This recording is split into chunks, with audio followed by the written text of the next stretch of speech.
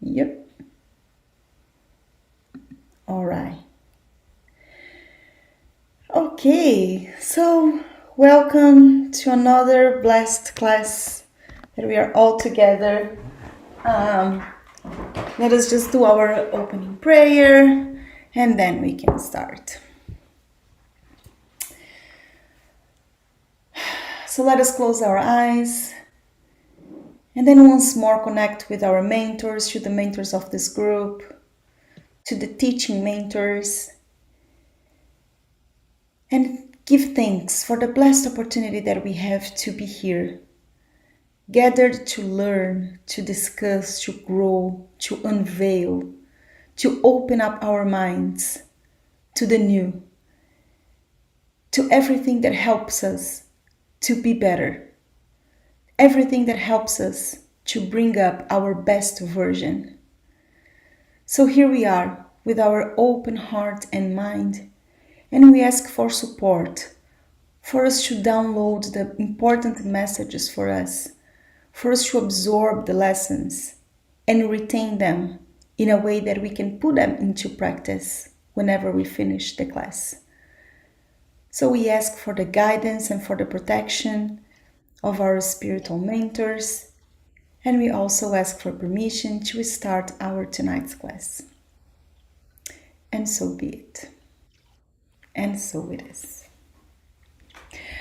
All right, everyone. So, hello, welcome again.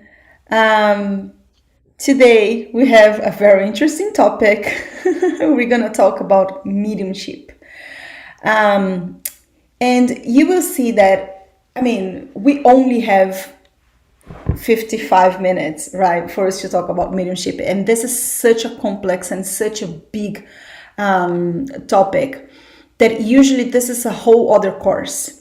So for those who are interested to have some more knowledge in mediumship, after we finish this class, we might probably continue classes with another topic that comes before mediumship. And I know that sometimes we just want to just go quicker, but today we will see one of the reasons why we shouldn't just be in a rush for us to do such a service. There are so many things that are involved in all of this that we have to be very careful on when we put ourselves into the position of making those types of communications with all these spirits. So there will be an official announcement, but we will probably have inner transformation after we finish this class. And then after the inner transformation, we start with mediumship. And then for those who are interested, and if everything goes right, you can even join the mediumship meetings at PSH as well. So let's talk about it. I'm not going to go over the recap today, just for the sake of time. We do have a lot for us to cover. And if there is any questions, as always, please feel free to jump in. Any comments, please feel free to jump in. Hi, Gina. Good to see you, sister. Okay, so which topics we will cover on mediumship today? So as I mentioned to you, there is a whole course about this. There are plenty of books. I think that I showed to you the book from Allan Kardec. I'll show you. So this is the basic book that Allan Kardec wrote, telling us a little bit about mediumship. This is not the only one. So this is actually the first one that shows us all the types of mediumship and how to develop all of that. Things that we have to be very careful. And this is kind of the Bible for mediumship. And then we have a series from André Luiz, that is a spirit that wrote through Chico Xavier a lot about mediumship. So we have in the domains of mediumship, in the realms of mediumship, the messengers, in the way of the light. So those are all books that came after Nos Solar or Astral City, where after André Luiz, you will remember that on the Nos Solar is when he awakes, and then when he starts understanding a little bit better about the spiritual world. And once he understands, he starts working and studying, and so then he shares with us all his experiences and how everything works in the minimum details of the mediumship science itself. So it's very, very interesting. If you are willing to go deeper and understand how everything works, I highly encourage you to take a look on those books. But today we'll talk about goals and responsibilities. How does a group for mediumship meetings prepare? What is the organization of these types of meetings? The nature of the communications and the medium preparation. All this material is a material that I got from the United States Spiritist Federation. So, I mean, I wasn't the one creating any content. As usual, I always use books, but this one I used everything that came from the United States Spiritist Federation. So one thing that I quickly want us to remember is that mediumship is a faculty inherent to human species. So everyone that is human has the faculty to communicate with the spirits, and this happens since many times. Whenever we study the history of mediumship, we will learn how this communication changed along the years. And this changed also according to the human understanding of God, of religious principles, of philosophical principles, and so on. So there is an evolution of mediumship and how those mediumship happened. And if you remember, when we were discussing about communicability with the spirits, you will remember that we talked about two high-level types of mediumship. The subliminal one and the ostensive one. The subliminal one was the one that it was more like intuition. So you don't necessarily notice that there are some ideas coming from someone that is discarnate. And there is the ostensive mediumship, where the spirit uses the voice or the writing, uses the medium, so uses the person to then communicate to others. So this is also a way of how things were evolving. In the past, it was way more ostensive, and now it's less ostensive. It's way more subliminal, because we do not need that anymore to prove that the spirits exist. So this is how it's been evolving right now. So what they teach us is that all mediumistic activities that incline towards superficial, attending only to innocuous curiosity or levity at the expense of goodness and the sense of dedicated service to God, deviate from the eternal value which form the basic purpose of mediumship. So again, we should be really careful with the reasons why we want to participate and to look. It's crucial to realize that just as in the physical realm there are impostors or opportunists and mischievous spirits, there are also those in the non-physical realm who are poised to deceive the unaware. And why is that, friends? Because just like we know many people that do not want to serve good for all the brothers and sisters, this keeps happening in the spiritual world. Because we cannot see them, what happens is that we have to better develop our senses and our intentions, so then we can understand what type of energy we are talking to. But if we go in a meeting that is not serious, that is only for curiosity, like out of unnecessary mediumship meeting, imagine that we might just attract spirits that have the same type of intention. So the problem with this is that these spirits, they are just not committed with the truth. So they can even say truth or not. So it's not something that we can believe. For those who really want to be a medium, we saw that everyone is a medium, but to practice mediumship as a service, it is a huge responsibility. And this responsibility is not only to ourselves, but also to our incarnate realm, but also to the discarnate realm. And why is that? Because there is a whole preparation for this when we do that for the good. Because one of the biggest goals of the communicability with the spirits, you remember that it is to enlighten us, to give us comfort, to give us courage, to help the progress of the whole humanity. Now, if this is what we are willing to do, what a responsibility. Because imagine that we will be like nurses and doctors that are being used, not on our ability to heal or to support, but we will be used as mediums to bring comfort, to bring peace, to bring courage. So there is a lot coming with that.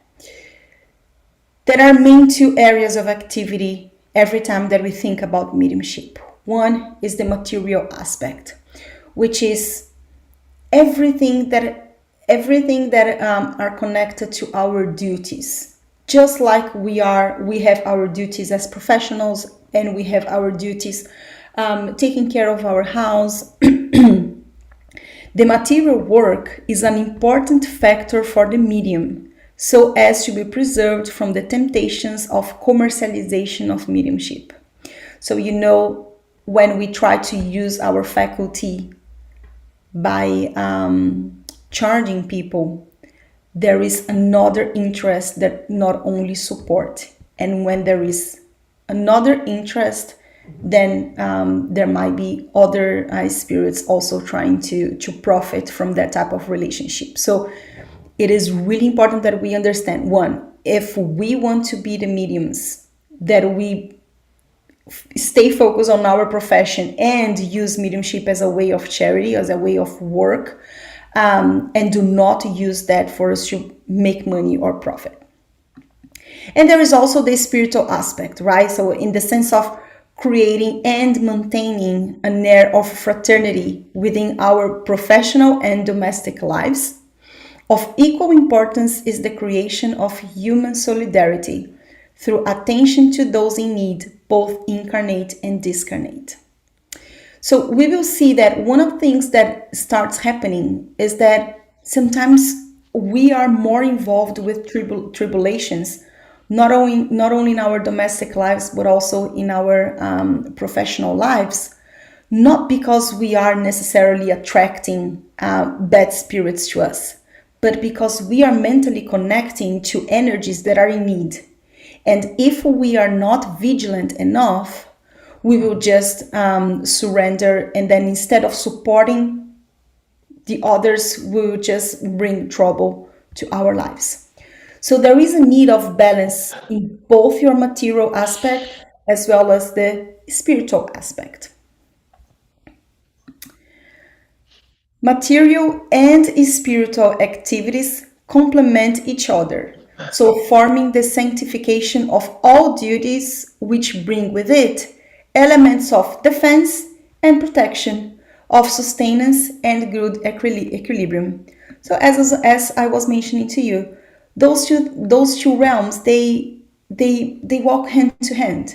The only difference is that with one we use our material senses, and with other we use our etherical, emotional, mental senses. And that's why it's important that we keep both in balance. So what is the preparation of a mediumistic meeting? So whenever a group decides to do a mediumistic work, for many people, the mediumship, every time that we talk about mediumship, it usually comes that stereotypical seance. But the channeling of discarnate spirit by a medium can and does occur in very ordinary settings. We don't need all of this to happen. But it is important that we all follow simple guidance that we have here. So again, one thing that I wanted to remind us is that we do not necessarily need this type of arrangement with candles and like everybody needs to be together and etc. We don't necessarily need all of that, but we do need an environment that is prepared for that meeting. And why is that? Because we want to make sure that the meeting goes well for both incarnate and discarnate. And again, let us remember that there are two types of communication, the subliminal and the ostensive. So also in those meetings, whenever someone feels like you are not an ostensive medium, if you go to a meeting and you start, being impatient with a brother or a sister who has difficulty with technology, for instance, this is bringing already a disturbance to the whole energy. So we have to be very careful with that.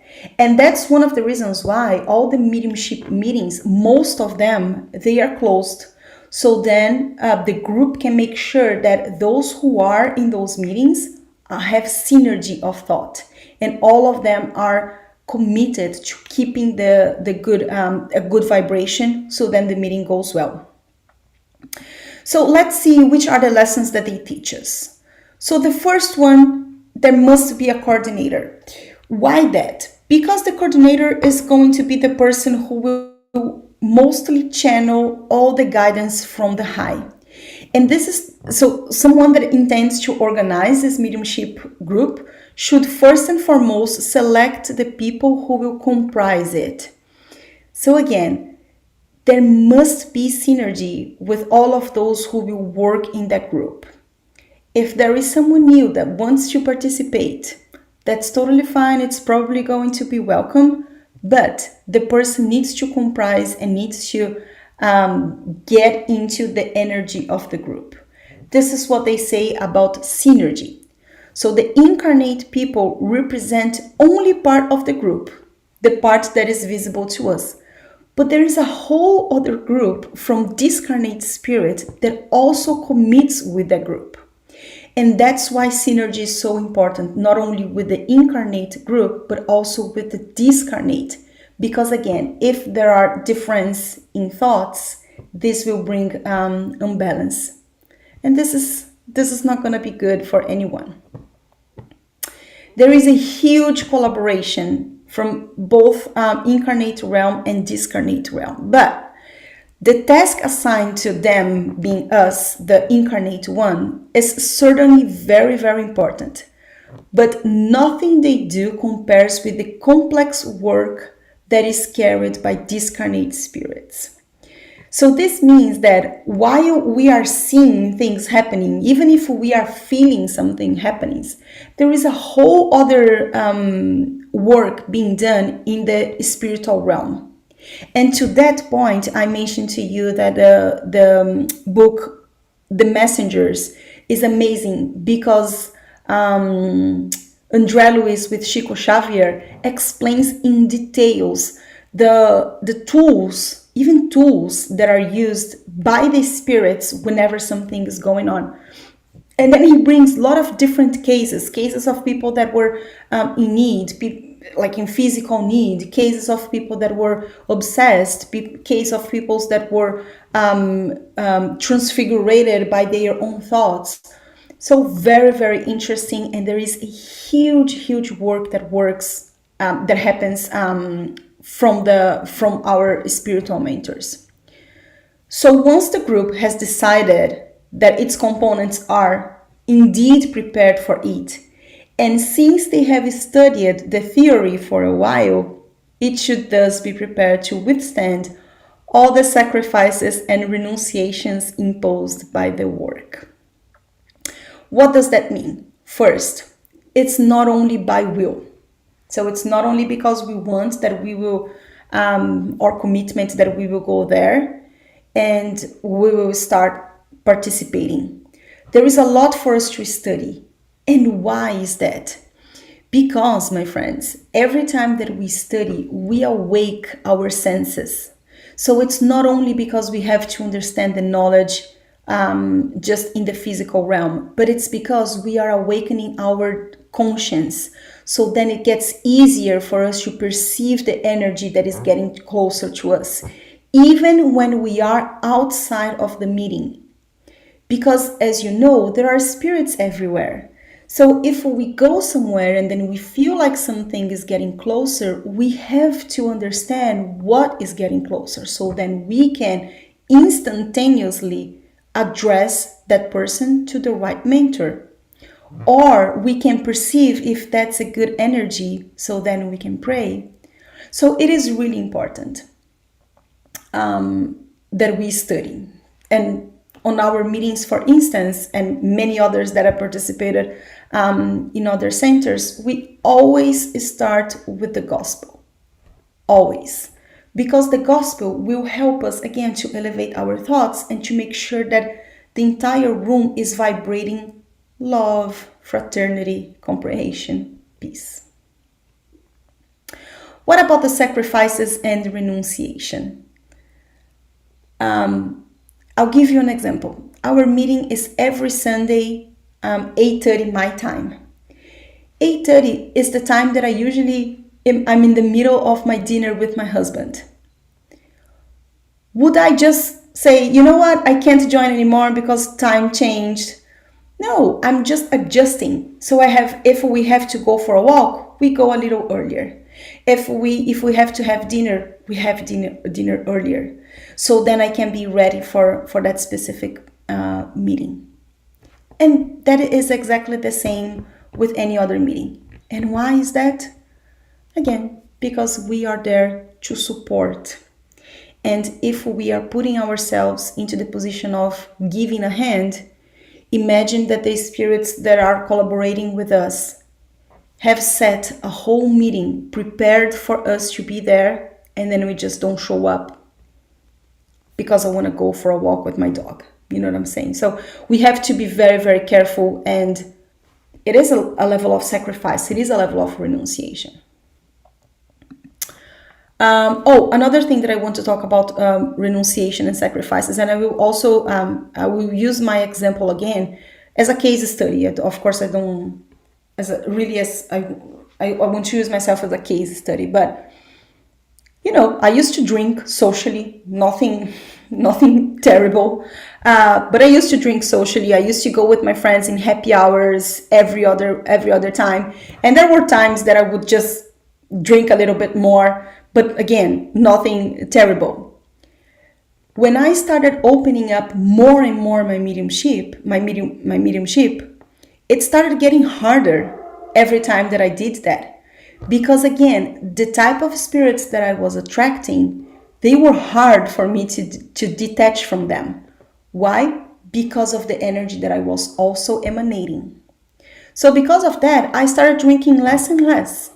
I didn't stop my social life, but I did have to stop doing some specific habits whenever I was in my social life. Again, another type of renunciation that we have to commit whenever we are willing to support. More lessons. They teach us about continuity. So the task should be carried out with uninterrupted continuity and absolute regularity. Oh, but it's holidays. It's not holidays in the spiritual realm. It doesn't mean that we don't take vacation. Usually, at least at PSH, we take 2 weeks vacation and then we come back. But it is set. So we have already established this as a ways of working. So it's not that we will just like, oh, I can't this day, or I'm not feeling well. If one person is not feeling well or one person can't do, the whole other group have to do. It's a commitment. We have to be very selfless. So the day reserved for the meeting requires several mostly significant sacrifices. Since the work is usually held at night, we cannot devote that time to our families, to rest, to going on walks, or visiting with friends. And then again, the mentors are constantly reminding us also about the type of food that we eat. Because, whenever we eat something that is very dense, it is harder for us to connect. Our body is just concentrating energy to make the digestion, and then it's difficult for us to connect.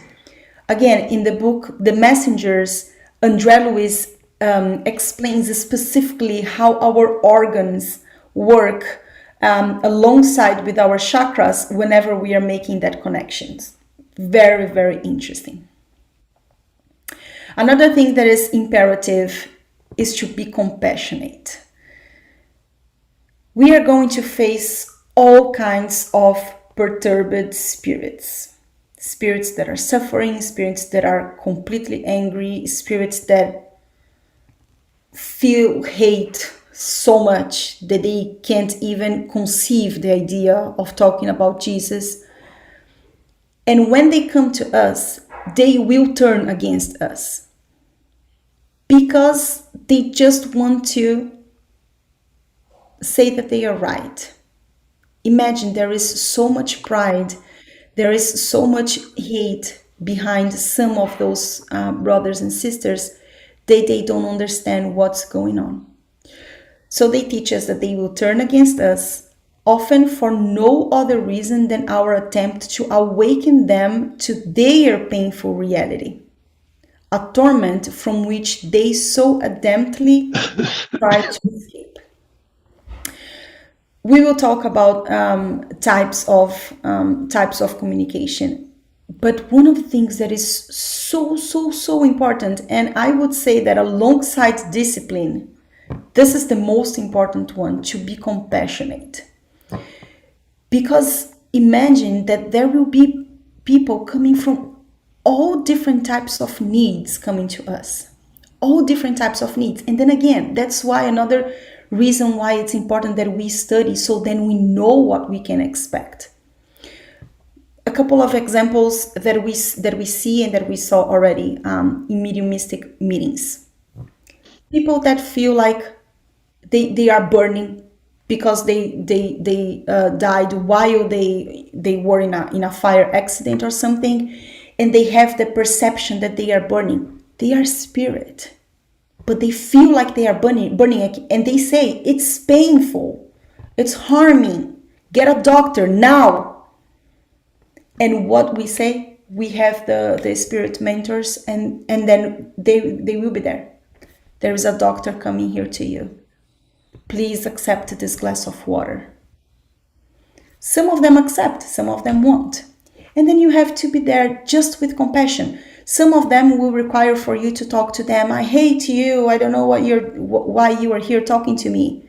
And we will have to be patient with them and say, friends, we are here for all of us to evolve. We are here for us to forgive. But then the person is just alongside us all of our week. And then we are there telling them, hey, you have to forgive. And then 2 days later, we are just hating our boss. What do you think that the person is going to tell us? Who are you to tell me to forgive? I saw that you didn't forgive your boss. So that's why, again, it is important that we stay vigilant, because those things happen more often than we would care. Compassion,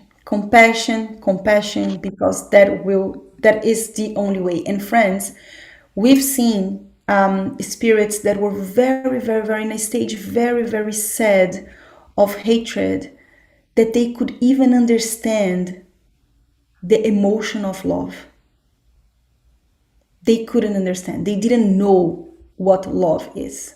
So imagine how much they need to be embraced. And what our heart is emanating speaks louder than whatever words we need. So extremely important that we develop compassion for each and every one. Of course, during the mediumship meeting, but mostly outside it. And then being humble, humility. All the planning is made in the spirit world. We just execute them. Just. We are not the ones. Whenever you are giving fraternal counseling, the person that does the fraternal counseling is not the one with the brilliant ideas or the brilliant heart. This person is also receiving a lot of intuition from the mentors to support those who are in need. Many times we start a meeting in a format and then we just change that because of different direction that comes from the mentors. So we have to be opened and we have to trust, because the same way that there is a coordinator in the incarnate realm, there is a coordinator in the discarnate realm. Something really important to say is that the mediumistic work is protected and assisted by a security team, which is comprised of workers from the other side, and it must be understood that once the regular allotted time has finished, they have to leave. Accordingly, they have other tasks to attend to elsewhere, which cannot be delayed.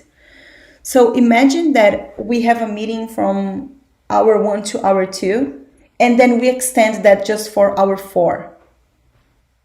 The spirit protectors have other centers to go. Just like we are starting this one, there are others that are starting as well. So we have to be very careful with discipline. Also because the discipline helps with the work. So it is imperative to stipulate that the meeting should have a set time to start and to end. The suffering spirits should be assisted within the time rigorously allotted to them. It is very interesting, friends, that when we are in our mediumistic meeting in person, that we have a lot of pairs of mediums receiving all the messages and giving all the assistance. When it's around 15 minutes to finish, they stop receiving the messages. They stop. And it's not because they are not available. We are all there. If it's necessary to go a little over, that's okay. But the spiritual mentors, they stop that. And then the spirit sufferings will be then allocated to another day and another time. So very important for us to be disciplined. And then the other thing is being respectful with the environment. So minutes before the meeting, we just want to make sure that whenever we are entering the room, everybody's calmed. We are not just having out loud laughs, because we want to serene our heart and make sure that the environment is not being tribulated either with overexcitement or over sadness. We go there serene to serve. And then one interesting thing that I wanted to say also in here about protection is every time that there is something that is going to happen in the group, there is a whole set of team that is prepared for that. So whatever type of situation that the group will encounter, the spiritual realm is prepared for that. So, and for those who read on the way to the world of regeneration, there is an amazing case that Manuel Filomeno de Miranda explains to us when the Spiritist Center was suffering an attack. And that attack was coming hundreds and hundreds of spirits, ignorant spirits, that they were trying to attack all the mediums. But of course, the high spirituality was ready for that. So they do have tools to support whenever there are situations like that. However, if there is no discipline, if there is no study, if the mediums are not in the vibration of prayers, they cannot help them much, because the mediums are more attuned to the mental state of the ignorant spirits. So that's why, again, it is so important that the discipline, not only with time, but also be vigilant with our thoughts, is so important. there will be protection, but we have to help as well. We have to do our part. And the other thing that they tell us is still we need to understand that the work of the participants in a mediumship group does not end in the closing of the meeting. Of course not. So as I was mentioning to you, this is true for the good and for the bad. So everyone is somehow involved in its task, even during the interval between meetings. Spirits undergoing treatment often state that they have followed us in our normal activities. I know this might sound creepy, but it's because they are learning with us. So imagine that we have someone that comes to us, and they are in need of understanding more about tolerance. If we are there, and remember about Jesus Christ, Jesus was the one, was so powerful, I would say, or he has the authority that he has until now, because he was the example of everything that he said. It's not because he was just preaching, he was living what he was saying. So we should also walk the talk. So if we tell our brothers and sisters who are in need, persevere, my brother, have courage to face your tribulation. What do we have to do with our own tribulation, friends? We cannot get demotivated because there is someone in need. It's almost as if there is a children looking at us, trying to look for examples of what to do. We cannot just frustrate them saying, hey, you cannot do this, and then we turn our back and we do ourselves. So we have to be very, very careful. The other thing that we have to be careful about as well is that if during the week we open up gaps through our impulses of hatred, intolerance, and lack of vigilance, we will allow negative emanations to take root within us, which the unhappy spirits will be glad to use against us. Their objective is always to neutralize us. Many times we were in meetings where we would say to the spirit, oh, you have to be more patient. And then the person says, you were not patient yesterday, or I know that you are not patient, so who are you? And then the other thing is, sometimes we have someone that is kind of a study that is studying with us, or like, I don't know, a buddy, I would say. If we know that we are somehow supporting that person in treatment, but then we open up the gap, the support that we are giving to that treatment will now be dusted with all the bad emanations that we are sending and that we are receiving. So again, whenever we are working, we have to be very, very careful, because we are just opening up ourselves to give and to receive. And this doesn't happen this doesn't stop in the meeting. This goes way beyond. The spiritual mentors, they choose for each manifestation the medium the best suited to the manifesting spirit.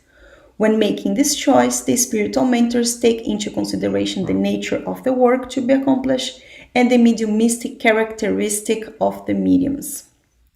If the medium misses a session, the work with that suffering spirit is placed on hold in hopes for a renewed opportunity. Therefore, unless it is due to highly justifiable reasons, the assiduity of the mediums and the continuity of the work are critical to its progress. And friends, one thing that we also learn is that in this match between the spirit that is suffering with the medium, we always will encounter suffering spirits that are somehow related to our own needs. So then we can speak what we have to listen. That is crazy. That is crazy. I remember when I was working at BSH in Sacramento, it used to take me 45 minutes for me to get to the center. And then sometimes my client would just hold me enough for me to get to arrive late. And then I would rush. Mom, I hope you're not understanding me right now. But I would drive very, very fast so then I could avoid missing the beginning of the work. After a couple of weeks, I started realizing how many spirits I attended that had died in an accident. I was just going to work and I don't know what happened. I was driving home and I didn't see what happened. Many spirits, friends. And I was like, oh, okay, I understood. I understood the message.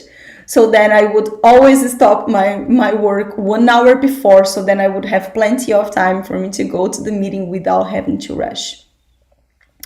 So that's why, again, it is important that we are humble, because the messages that we are giving are the ones that we need to listen. So the more in tune with our mentor, the easier it's going to be for us to perceive those types of things. So let's talk a little bit about the nature of the communications, and I will go a little bit faster on this one. So as I mentioned, there is an infinite variety because it all depends on the emotional state of the spirit and the mental state of the spirit. But they can be crude, frivolous, serious, or instructive. And they just summarized this into 4, just for us to be aware of what to expect. So the crude communications are those who are very rushed, where the spirit is obscene. Sometimes they say bad words. Definitely they shock whoever is in there, because they cause some type of, ooh, what is this? They are the very lowest order spirits, and they want people to be afraid. So they create a scenario. So then people that are afraid, they cannot properly connect with their mentors, and that will cause imbalance to the environment. Again, compassion is key for all of this. But one thing that I also want to add in here is that an experienced medium, and when I say experienced, is not necessarily a medium that practices a lot, but a medium that studies a lot, can control the manifestations from these spirits, because the protector mentors will support ensuring that they cannot disturb too much the environment, like throw things or harm the medium. It is very common for us to see whenever there is a crude communication, the spirit stays like this, because there is a cord that is passed in the spirit, so then they cannot, like, I don't know, slap anyone or stand up or anything like that. But the medium can also control. So if there is something like really bad, they are trying to say really bad words, the medium can also control that a little bit. So it's better not only for those who are participating in the meeting, but also for the spirit to know that it is not allowed this type of communication, because this is a center. And if the spirit is not ready for that communication, the spirit will be taken away. So this can happen. There are also those communications that are frivolous, which are like the ones that they are not concerned with the truth. So not necessarily that they want to cause any harm, but they are just willing to play around with those who are predisposed to talk to them. So yeah, so you see here an example. They are just deviating the thought of the medium to something that is not necessary for that specific meeting. Then you have the serious communication, which are the ones that has a serious purpose, which are the ones that we know that it is bringing some type of enlightenment for the incarnate or the discarnate friends.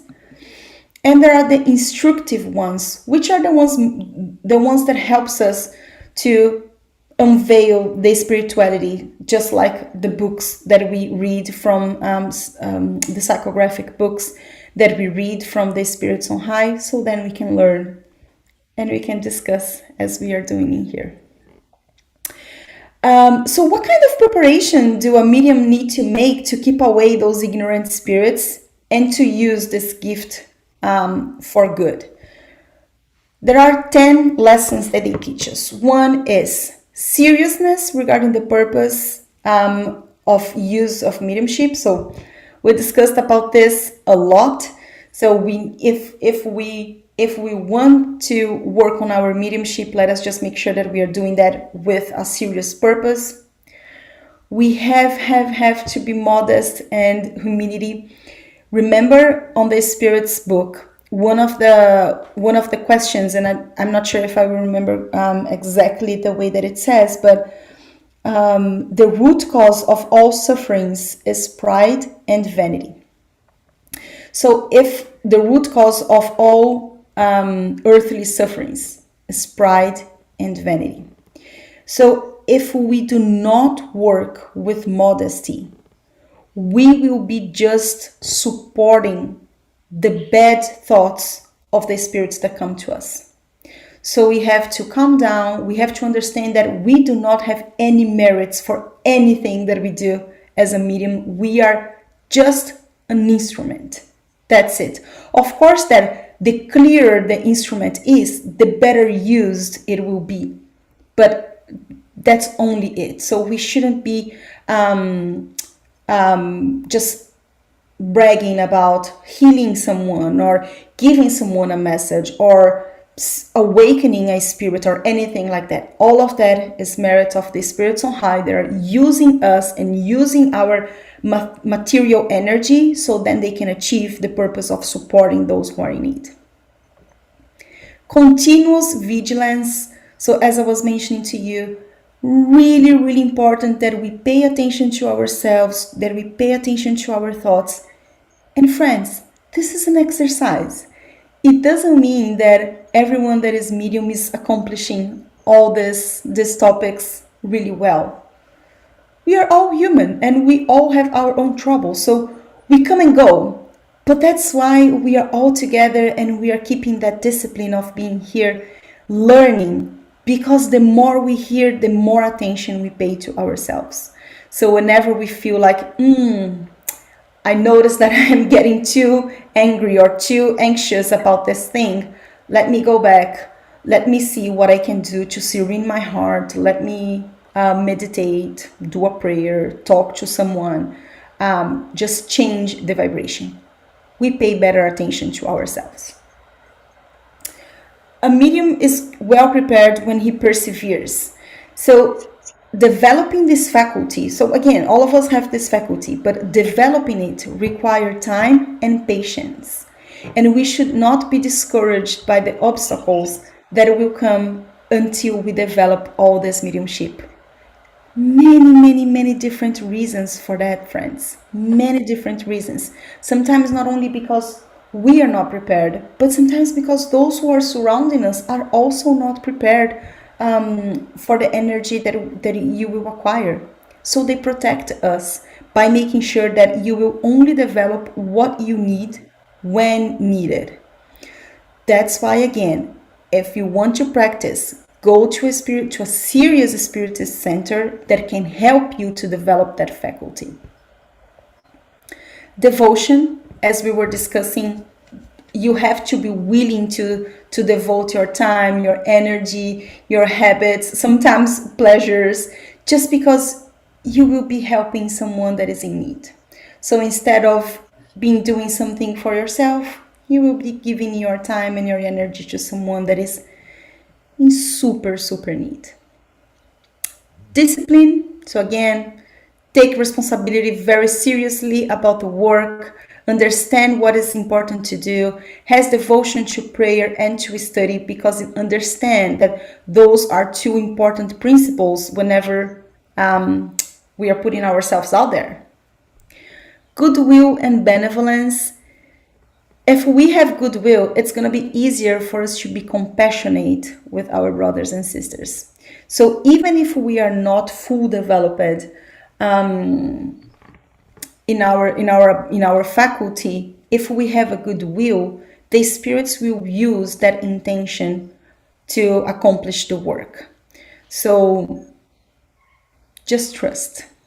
Trust, and you see how beautiful it is.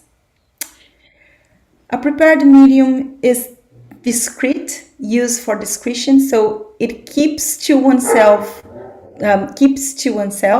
those persons' situations, no matter how dramatic or interesting a story they'd make for conversation elsewhere.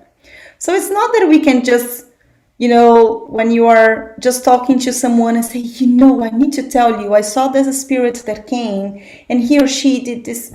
No, none of our business. That's why I wanted to use me as case studies, because we have to learn that it is not up to us to tell others whatever we see in a mediumship group, unless it is for enlightenment, unless it is for understanding. Because imagine if someone were just exposing your situation. You also wouldn't like that. Discernment, which again, with study and with practice, we'll be able to examine all the communications that we receive. And one thing that they always encourage us to do is for us to regularly evaluate all the messages that we are receiving. So then we all make sense if that is reasonable, if that is serious, and if we can trust. This beautiful word here, disinterestedness, I don't know how to say that, I'm sorry. But this is lack of material interest. So again, very important virtue for us to know that whenever we are doing this service, again, it's not for us, it's not for this realm. We are supporting, we are just being at service. Our spiritual friends and benefactors informed us that mediumship without study and the application of the teachings of Jesus is a phenomenon without love. So again, what is the point? What is the point of doing something that does not serve any purpose?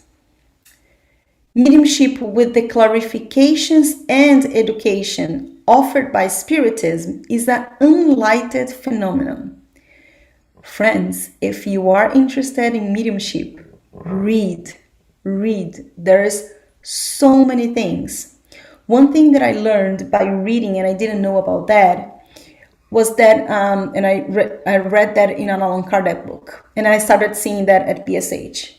We are talking to a spirit, the spirit is just feeding some hate about some other person, and then we say, look at this screen. You will see your past life. Look at this. And it's my hand. But then the spiritual mentors, they just plot a screen here that the spirit can see his or her past life. And you will sense that. Those are things that you as also a fraternal medium will see. That is a tool that is used. And make things easier, because instead of saying that back and forth, you have to forgive, but you have to be patient, but the person sees. And this will be used whenever the spirit mentor tell you to use. So again, the more clarification, the better we will serve. Mediumship with Spiritism, the knowledge of Spiritism, without the teachings of Jesus, is an incomplete realization. Because again, if we do not have compassion for our brothers and sisters, what type of counseling we will have? Will we give? But then, mediumship with both the teachings of Jesus and the knowledge of Spiritism is a guarantee of spiritual victory and the valorization of spiritual talents. So we are really putting into use the gift of the faculty that we received. Therefore, forming the trilogy comprised of the gospel, the knowledge of the Spiritism, and the development of mediumship is essential for this service. And I would like to finish with a statement from Emmanuel. that says in the book Religion of the Spirits, Mediumship and Duty. It's a book that unfortunately is not translated yet in English. In the field of mediumship, do not forget that a duty correctly fulfilled is the compass that will propel you to the right direction. So, my friends, at the end, mediumship is an amazing opportunity for us to learn, for us to evolve through service. It's beautiful. We just put ourselves into the position of being available. So it's amazing. I know that sometimes it's more curious than we care, but I highly, highly encourage you to take a look on this. Questions, additions, comments? Go ahead, Patty. Wow. Yes, I have a lot of questions, and I also have a couple questions from Kirk. He went to pick up his daughter at the gym, Sure. so he was typing. Okay. He asked, if angry spirits are around all the time, how can they affect us? And what impact can they have on us? We will define how much influence we allow them to have. So let's say that, and of course, that you start feeling angry. Sometimes you start feeling angry out of the blue. Like you start like something is just like not feeling well, and then a very small thing happens and then that sparkles you. That is a sign of influence that can come from outside. However, if you had never allowed that to sparkle your anger, that cannot affect you. Sorry, I'm typing. It sounds like sorry if it's distracting. No, it's totally fine. No, I just want to answer in a way that you can capture. But remember of the law of attunement. If you do not attune yourself with that type of energy, that cannot influence you. And then what happens? The spirits just go away because they see that you're not influenced by that. So that is very common, Pachi, very common.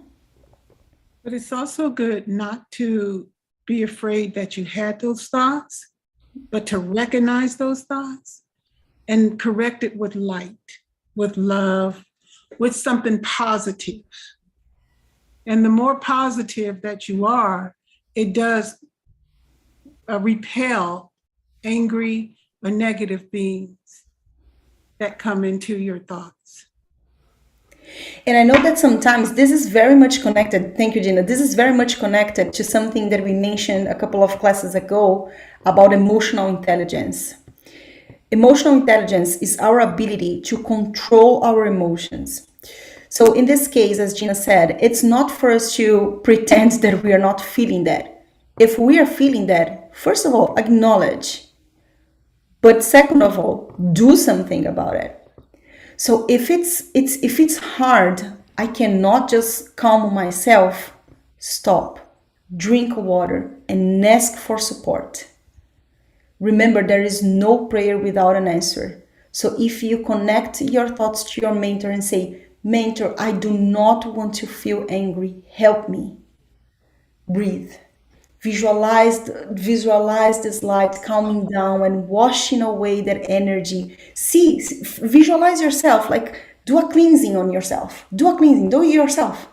Like I am allowing my mentor to support me to clean myself with that energy. I do not want to feel anger.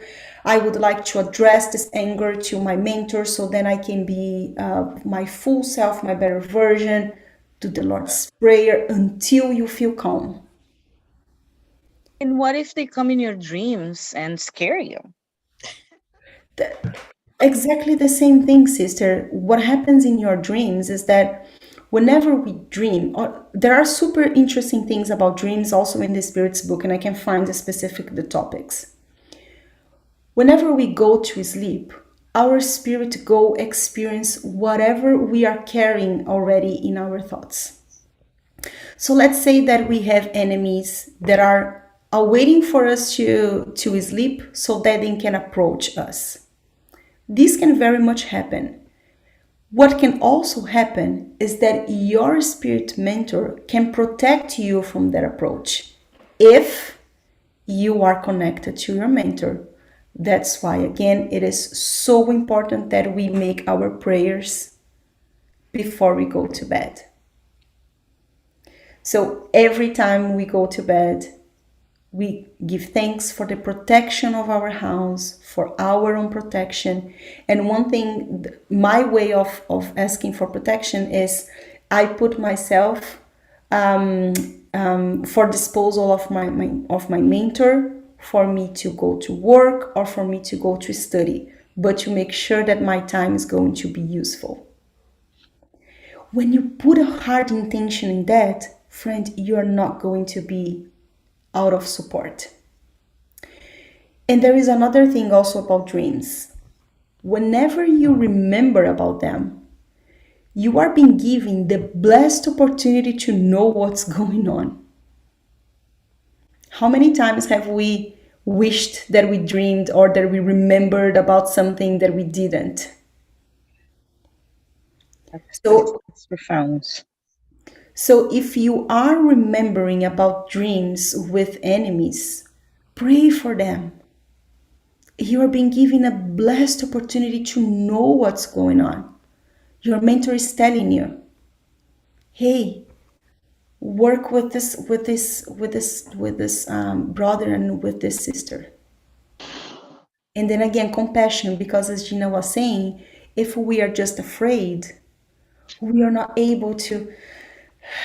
If we look to that person as a person that is in deep need, and I know sometimes it can get so scary. Whenever it's deadly scary, visualize Jesus. Visualize, say, Jesus is in front of me. My mentors are with me. I am protected. Friend, I have so many examples of when I was having a terrible dream, and then at my dream I would start praying. At my dream I would start praying so hard that I would wake up.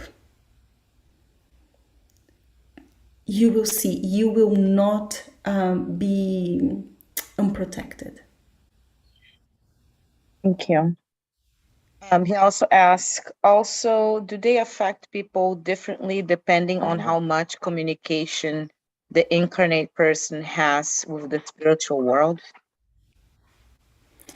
Not necessarily, friend. I think this is more related to your ability to perceive the communication.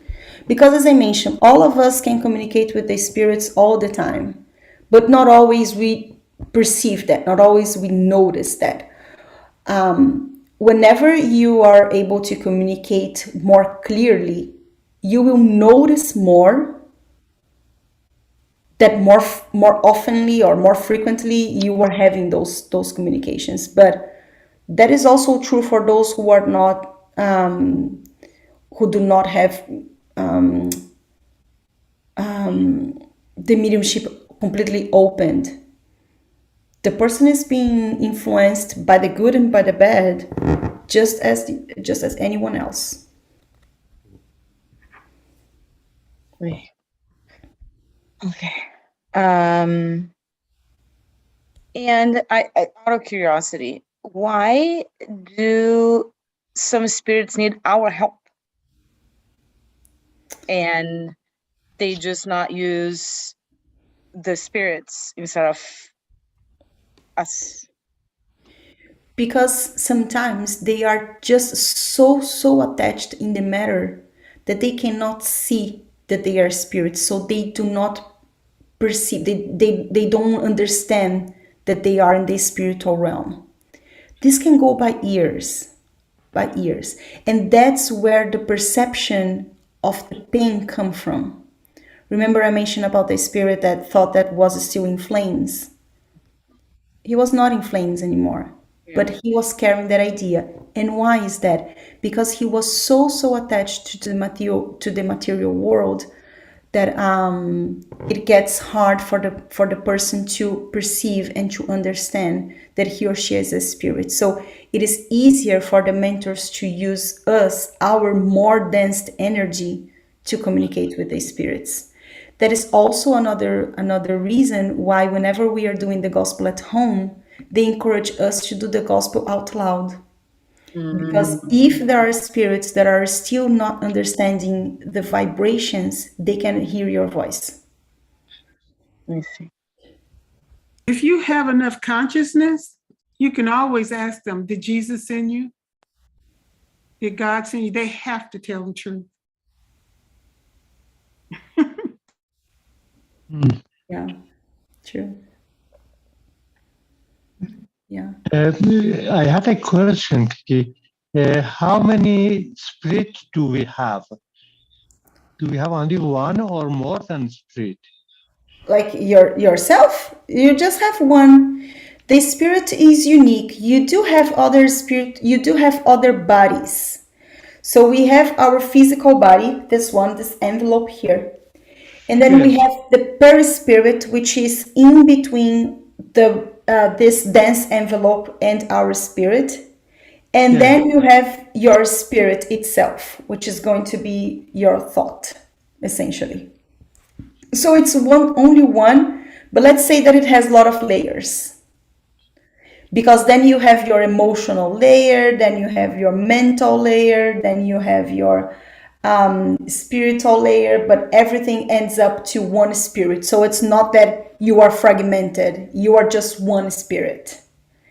Good. Yes, that is a question. And I read a book in German, is Die Stimme aus der anderen Welt. It means the sounds from the other world. That they recorded the book, and they have they could connect it with the people who passed away earlier. And there are people who can bring this spirit from the other people when you wish. For example, you don't know what happened to your son and to your father. They can bring the spirit there and ask the question Exactly. and record it. I Yeah. don't know, and that is that the spirit the only one. When it depends on how we, as Jesus said, the consciousness is. You know, the consciousness plays the most important role in how they how they behave. You know, the Exactly. spirit behave. Yeah, Yeah. it means what we have in our mind, or when it's better consciousness, that will happen. Exactly. That is- Yes, But exactly. I'm sorry. I'm sorry that I don't understand English very well, and I couldn't follow everything what you said. But No, still, you understood I. correctly, Mosen. You understood correctly. The other thing that you also have to keep in mind is that when we reincarnate, remember that we can assume other bodies, right? So let's say that in this lifetime I am this beautiful lady, and then in previous lifetime I was a beautiful man. Let's say that my mom from my previous lifetime wants to connect with me in discarnate realm. So let's say that I'm not incarnated. Let's say that I'm discarnated. And then my previous mom wanted to talk to me. I can show in an appearance for her that is easier for us to recognize me.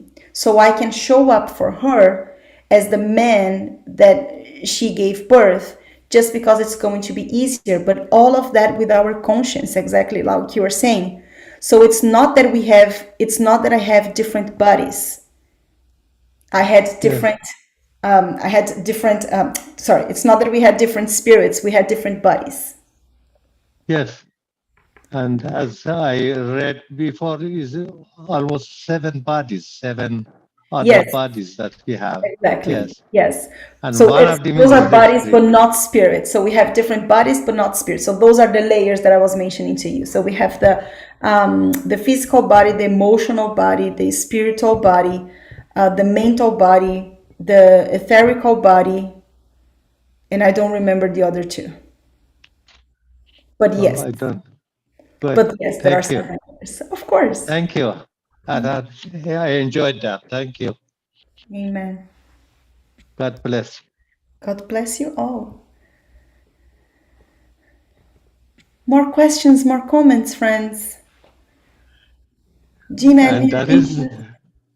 that is the reason that I still didn't make the surgery, because I hope that the concentration can make every disease heal every disease too. That is another thing. Of course, I go to the doctor and I will go for, continue that and follow it. But still, that is your mind. That is when you really believe in something that will happen. I Yeah. hope.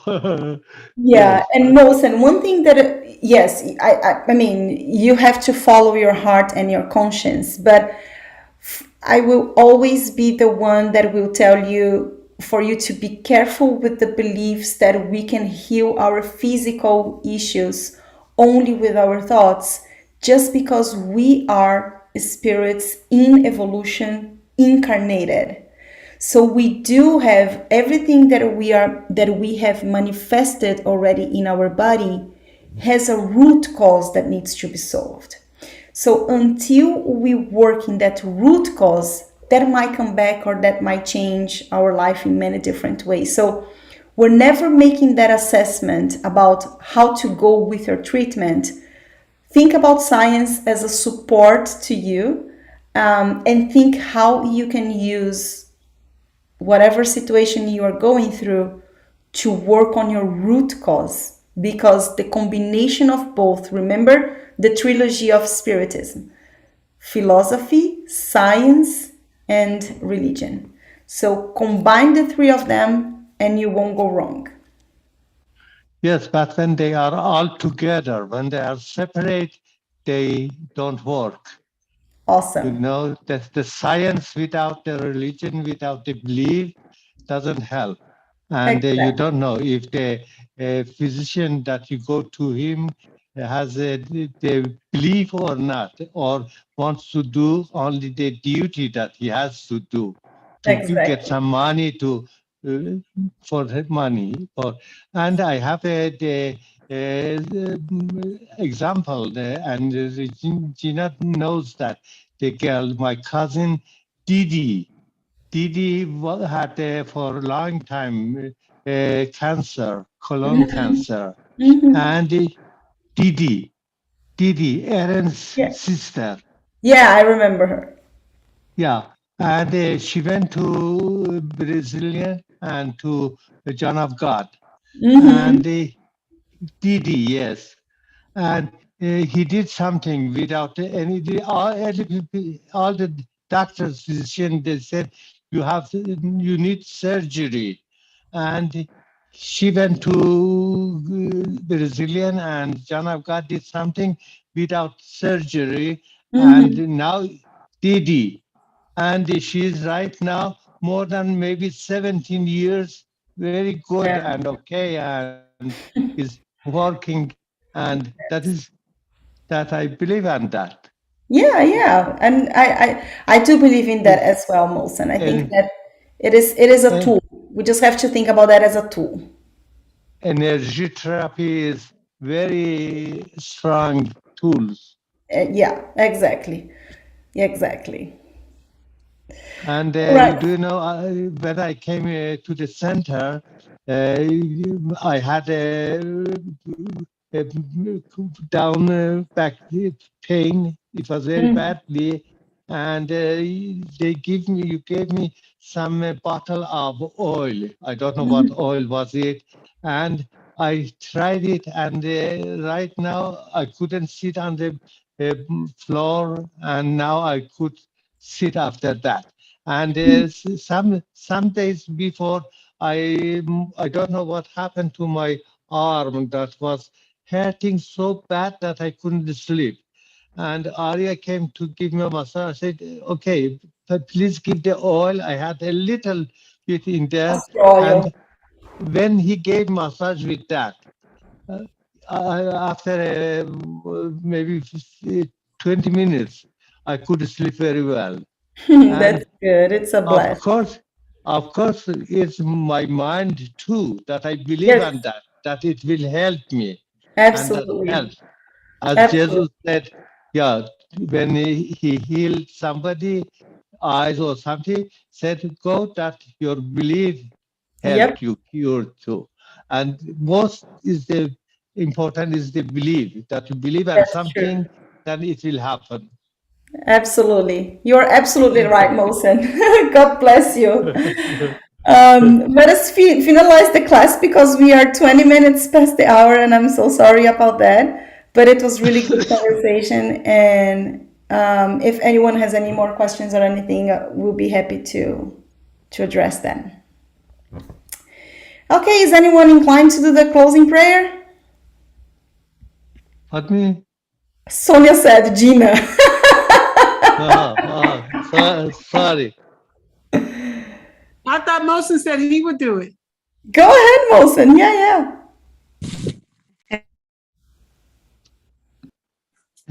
Thank you, God, that you gave us the opportunity again to be together, to learn your word, and to feel you in our heart.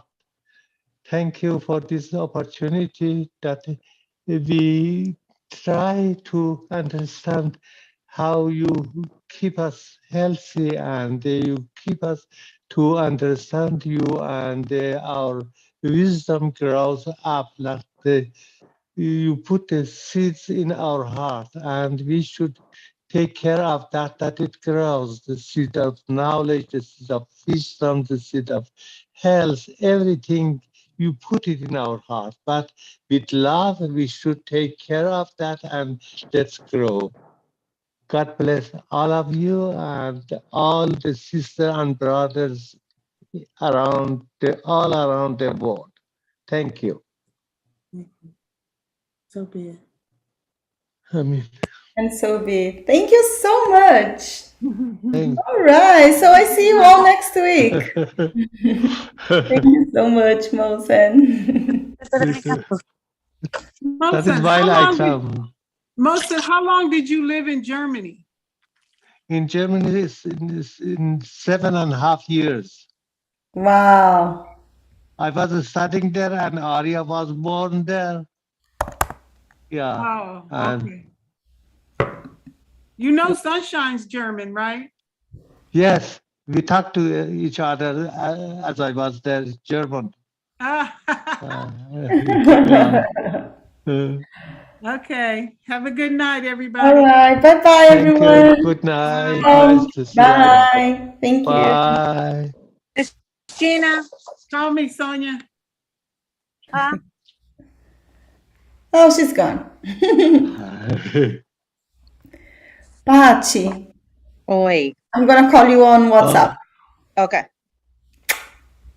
See you all. Bye-bye. Bye.